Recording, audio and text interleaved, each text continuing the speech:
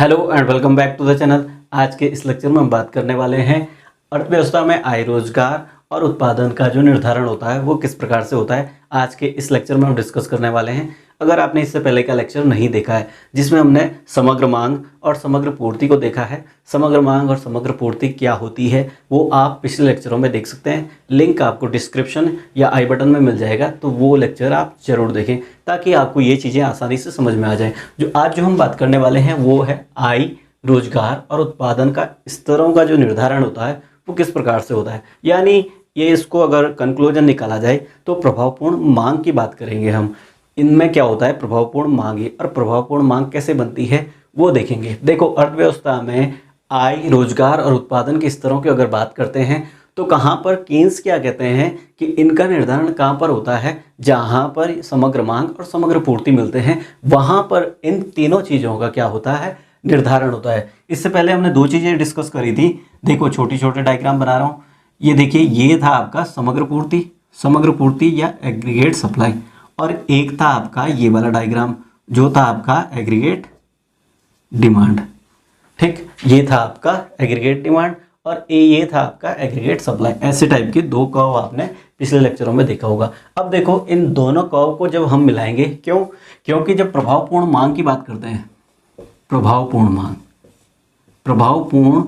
मांग की जब बात करते हैं तो क्या करेंगे कि प्रभावपूर्ण मांग कहाँ पर होगी, जहाँ पर ये दोनों चीज़ें मिल जाएंगी। दोनों जब डायग्राम हम मिलाएंगे, यानी समग्र मांग और समग्र पूर्ति जहाँ पर मिलते हैं वहीं पर क्या होगी, प्रभावपूर्ण मांग। तो पहले इसको बना लीजिए, डायग्राम को बनाते हैं और उसी को डिस्कस करते हैं। तो ये रहा आपका डायग्राम, एक्स एक्सिस हो गया ये, ठीक, और ये आपका हो गया वाई एक्सिस। ये वाई एक्सिस हो गया, इसको कर दीजिए ओरिजिन कर दीजिए। अब आपको पता होना चाहिए जो एग्रीगेट सप्लाई है यानी समग्र पूर्ति का वक्र जो है वो 45 डिग्री से जाता है, यानी ओरिजिन से 45 डिग्री पे जाता है। तो ये आपका क्या हो गया, एग्रीगेट सप्लाई। ये हो गया समग्र, ये क्या हो गया, समग्र पूर्ति हो गया ये आपका एग्रीगेट सप्लाई। अब देखो, एग्रीगेट डिमांड का जो कर्व है वो कैसे जाता है, ये देखो यहाँ से जाता है ना, ये पहले लेक्चरों में हमने देख लिया। तो ऐसे जाता है ये, तो ये क्या आ गया, एग्रीगेट डिमांड। अब देखो, जहाँ पर ये दोनों चीज़ें मिलती है, कीन्स क्या कहते हैं, जहाँ पर समग्र पूर्ति और समग्र मांग मिलते हैं वो बिंदु आपका क्या कहलाता है, वो बिंदु आपका क्या कहलाता है, प्रभावपूर्ण मांग। क्या कहलाता है, प्रभावपूर्ण मांग। ये क्या कहलाता है, प्रभावपूर्ण मांग, यानी इसको कहेंगे इफेक्टिव डिमांड। ये वाला पॉइंट, तो संतुलन भी तो यहाँ पर हो गया, जहाँ पर दोनों कर्व मिल गए, ये वाला बिंदु इक्विलिब्रियम का पॉइंट हो गया।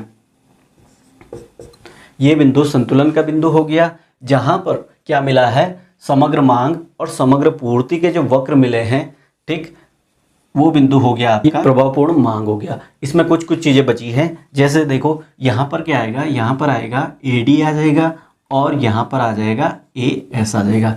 यहाँ पर हमने क्या रखा है, समग्र मांग और समग्र पूर्ति को, और यहाँ पर रखेंगे हम आय को, आय और रोजगार का स्तर।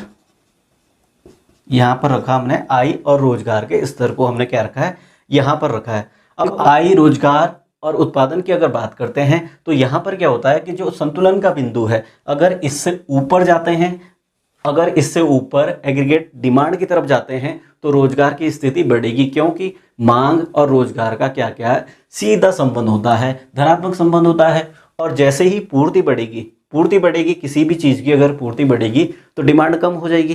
पूर्ति अगर बढ़ती है, क्योंकि अगर डिमांड बढ़ रही है तो क्या होगा कि रोजगार भी बढ़ेगा। तो यहाँ पर क्या होगा, इस बिंदु को प्रभावपूर्ण मांग इसलिए कहा है, यहाँ पर सारी चीज़ें क्या है, पूर्णतः फुल्ली एम्प्लॉय है, यानी पूर्ण रोजगार की स्थिति भी इस बिंदु को कीन्स ने कहा है। यहाँ पर जब नीचे की स्थिति होती है, जब तक ये दोनों बिंदु नहीं मिले हैं, यानी डिमांड ज़्यादा रहेगी तो क्या रहेगा, रोजगार ज़्यादा रहेगा। ये देखो, जब तक सप्लाई इससे ऊपर नहीं जाएगी, तो रोजगार का स्तर बना रहेगा, और जैसे ही सप्लाई ऊपर चली जाएगी तो रोजगार का स्तर गिर जाता है। और यहाँ पर देखिए, यहाँ से जैसे ही एग्रीगेट डिमांड इससे नीचे आ गया तो रोजगार का स्तर कम हो जाता है, यानी वहाँ पर बेरोजगारी उत्पन्न हो जाती है। केन्स ने इसी को पूर्ण रोजगार की स्थिति कहा है। यहाँ पर क्या होता है, कोई भी अब बेरोजगार नहीं है। अब बेरोजगार नहीं है का मतलब ये होता है, केन्स क्या करते हैं कि वो दो प्रकार की बेरोजगारी को तो लेते नहीं हैं, वो सिर्फ अनैच्छिक बेरोजगारी को लेते हैं। जो काम तो करना चाहता है पर उसको काम नहीं मिल रहा है, उसको लेते हैं। तो यहाँ पर क्या है, वो लोग बेरोजगार नहीं रहते। जो काम करना चाहते हैं सबको कुछ ना कुछ आय मिलती है मजदूरी पर, जिस मजदूरी पर वो काम करना चाहता है या जो मजदूरी उसको वहाँ पर मार्केट में मिल रही है उस पर वो काम करता है। इसको कहा है उन्होंने फुल एम्प्लॉयमेंट। यहाँ पर देखिए, यहाँ पर जब तक सप्लाई कम है और डिमांड ज़्यादा है तो यहाँ पर क्या है कि लोग काम करने के लिए मिल ही नहीं रहे हैं। जैसे जैसे स्तर आगे बढ़ता है अर्थव्यवस्था में ऐसी स्थिति आती ही तो है, जैसे जैसे स्तर आगे बढ़ता है तो एक स्थिति ऐसी आती है जहाँ पर सभी को रोजगार मिला है, क्योंकि वहाँ पर क्या है कि एग्रीगेट डिमांड और एग्रीगेट सप्लाई दोनों मिल चुके होते हैं। तो ये आपने जाना आय, रोजगार और उत्पादन का जो निर्धारण होता है वो किस प्रकार से होता है वो आपने देखा। आई होप कि आपको ये समझ भी आ गया होगा। अभी हम देखते हैं सामूहिक मांग के घटक, तो इसको मिटा देते हैं। आई होप कि समझ आ गया होगा आपको कि प्रभावपूर्ण मांग क्या होती है और किस प्रकार से प्रभावपूर्ण मांग बनती है। अब बात करते हैं हम सामूहिक मांग के घटकों की। सामूहिक मांग के घटकों की अगर बात करते हैं तो सामूहिक मांग के घटक को हम दो प्रकार में बांटते हैं। एक बांटते हैं उपभोग फलन, कौन सा, उपभोग फलन, और दूसरा बांटते हैं निवेश फलन। क्या, निवेश फलन। इसमें हमने सामूहिक मांग के जो घटक हैं उसको दो भागों में बांटा है। पहला आपने बांटा है उपभोग फलन और दूसरा बांटा है निवेश फलन। निवेश फलन को हम बाद में देखेंगे, पहले हम देख लेते हैं उपभोग फलन को कि उपभोग फलन क्या होता है। उपभोग फलन की अगर बात करें तो सबसे पहले हम बात करते हैं उपभोग की। उपभोग क्या होता है, अगर उपभोग की बात करते हैं, उपभोग कंजप्शन होता क्या है। उपभोग की अगर बात करें, उपभोग एक क्या होता है, आय का वह भाग, आय का भाग जो हम वस्तुओं और सेवाओं पर खर्च कर देते हैं उपभोग कहलाता है। मतलब जितना भी आप कमाते हो उसमें से जितना आप खर्च कर देते हो वही तो उपभोग हुआ। तो आय का वह भाग जो हम वस्तुओं और सेवाओं पर खर्च कर देते हैं क्या कहलाता है, उपभोग कहलाता है। तो उपभोग हो गया। अब बात करते हैं उपभोग फलन की। उपभोग फलन, तो उपभोग फलन की अगर बात करें तो उपभोग फलन क्या होगा, उपभोग फलन होगा आय का फलन, यानी जितनी आय होती है उतना ही तो उपभोग होता है। जिस हिसाब से आय होती है उपभोग भी हमेशा उसी हिसाब से होता है। तो उपभोग फलन को क्या लिख सकते हैं, जो कंजप्शन फंक्शन है वो फंक्शन किसका हो जाएगा, वाई का। वाई का फंक्शन हो जाएगा ना, कंजप्शन फंक्शन क्या हो जाएगा, वाई का। ये वो आपका हो गया वाई का। अब बात करते हैं, देखो उपभोग की हमने बात करी ना, तो उपभोग क्या था कि आय का वह भाग जो क्या हो गया, खर्च हो गया वस्तुओं और सेवाओं पर, उसको क्या कहते हैं, उपभोग। और जो बच गया उसे बचत कहते हैं। उपभोग यानी सी हो गया, और जो बच गया उसे क्या कहते हैं, उसे कहते हैं बचत यानी एस। तो ये हो गया।